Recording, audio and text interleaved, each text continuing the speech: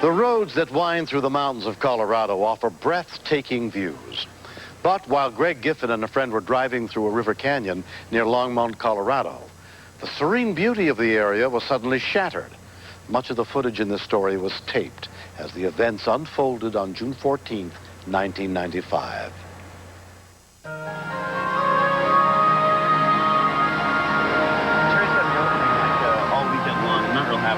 My roommate James and I were driving down to Denver to see a Colorado Rockies game.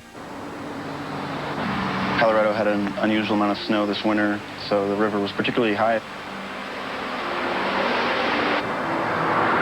The road was pretty curvy. There was a white car in front of us. And as we made a left-hand turn, the car really didn't seem to straighten out.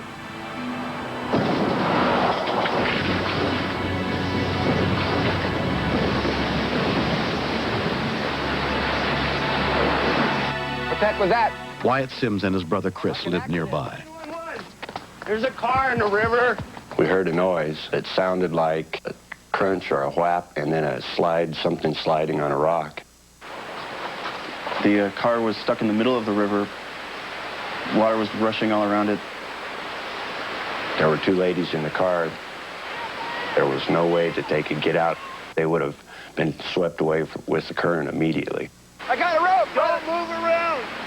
The car was precariously balanced. It looked like it could at any minute go. Are you hurt? The first rescue worker to arrive was Boulder County Sheriff Sergeant Tom McGrath. You're going to be all right. The nose is lodged down towards the river, and the river is pouring over it. If it had come loose from the rock, the vehicle then would be at the mercy of the river. I had no idea if there were any injuries. We couldn't establish clear enough communications to know one way or the other.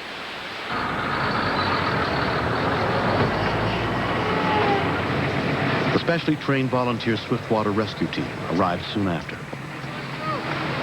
They slipped 2 life jackets and 2 helmets onto the rope. Longmont Emergency Unit Dive Chief Mike Wasson took charge at the scene. Than the one in the front seat. Okay. I think hypothermia is a part of it, but we're not getting any response from the woman in front. They were elderly women. From the looks in their eye, I could tell that they were extremely scared.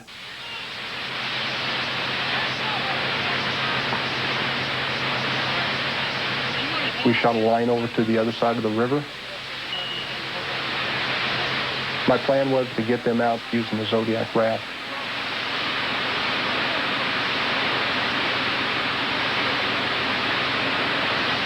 To put more people in the river, even experienced people in that kind of a current, is very risky.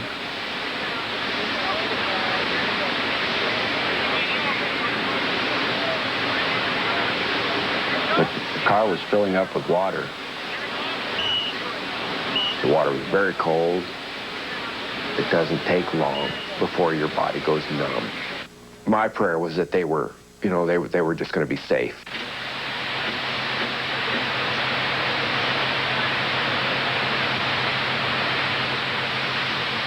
Wyatt and I were told what the signals were and how to pull the ropes.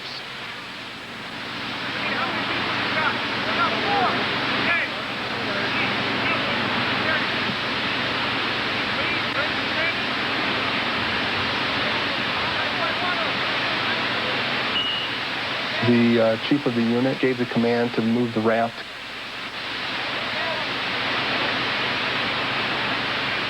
We had a total of 5 ropes out to that boat.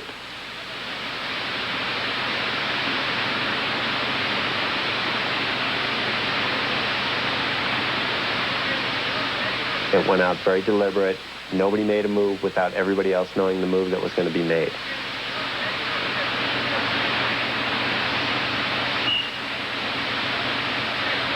The car was unstable.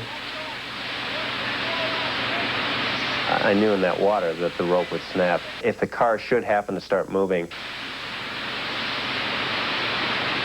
I told the lady in the back seat I was going to pull her out. The victim that was in the front of the car, she just looked at me and then buried her head back into the seat.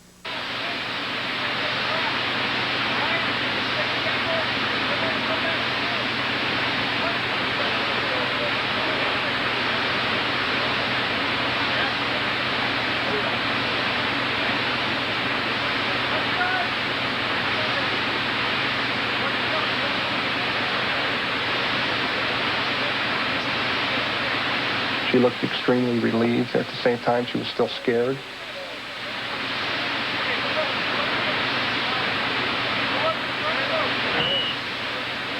Shirley Murin was pulled to safety after being trapped in the freezing water for more than 45 minutes.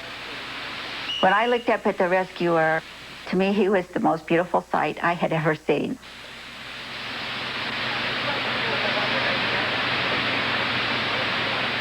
My legs hurt so bad, I could hardly walk.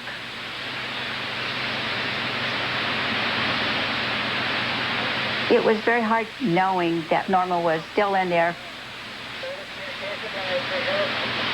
At one point, she did lay her head down and start to go to sleep. And I told her, I yelled at her, I said, Norma, wake up. I said, you're not going to do this to me. I was afraid that she was going to die, that she was just going to drift off and die.